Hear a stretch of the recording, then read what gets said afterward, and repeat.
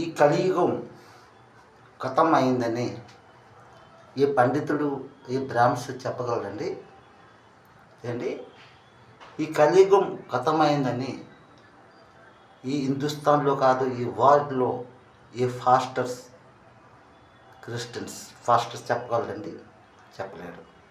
ఈ కలియుగం అతమైందని ఈ ముల్లాజీ మౌంటైన్ సాహిబులు చెప్పగలరండి? చెప్పలేరండి. ఈ కలియుగం ఖతమైందని పంజాబ్ సిక్ వాయుగురుజులు చెప్పగలరండి? చెప్పలేరండి. వాళ్ళు ఏం చెప్పగలరు? ఆ గ్రంథాలు, ఆ పరిశుద్ధ గ్రంథాలు ఏంటి, ఆ అల్లా నవాజ్ ఖురాన్లు, ఆ భగవద్గీత రామాయణంలో ఉండివే చెప్పగలరు. రాత్రి పగులు కంటెస్ట్ పెట్టుకొని యూట్యూబ్ దగ్గరకు వచ్చి మాట్లాడి లైక్, కామెంట్లు, సబ్స్క్రైబ్స్ డబ్బులు నడిపించుకుంటారు అంతే. అంతవరకు అది. అదే ఖుషి, అదే సంతోషం మనకి. కాకపోతే ఈ కలియుగం అతమైంది.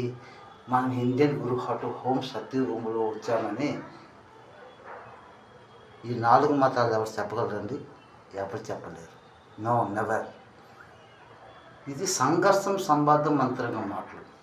దేవుడు ముందునే నన్ను జన్మింపు చేశాడు అంటే ఇది కమాలమైన మాటలు కనుక అందులో స్వర్గ శ్రీమతి ఇందిరాగాంధీజీ ప్రేరణ, అందులో మన హిందుస్థాన్ మొదటి ప్రధానమంత్రిజీ గారు స్వర్గీయ శ్రీ పండిత్ జవహర్లాల్ నెహ్రూజీ గారు, అన్ని మాటలు దీంట్లో వస్తాయండి.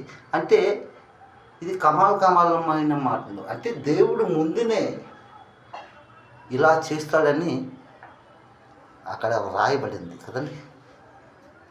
మరి రాయబడినట్లే నేను కూడా కొన్ని సంవత్సరాల వరకు కన్ఫ్యూజ్ అయిపోయానండి.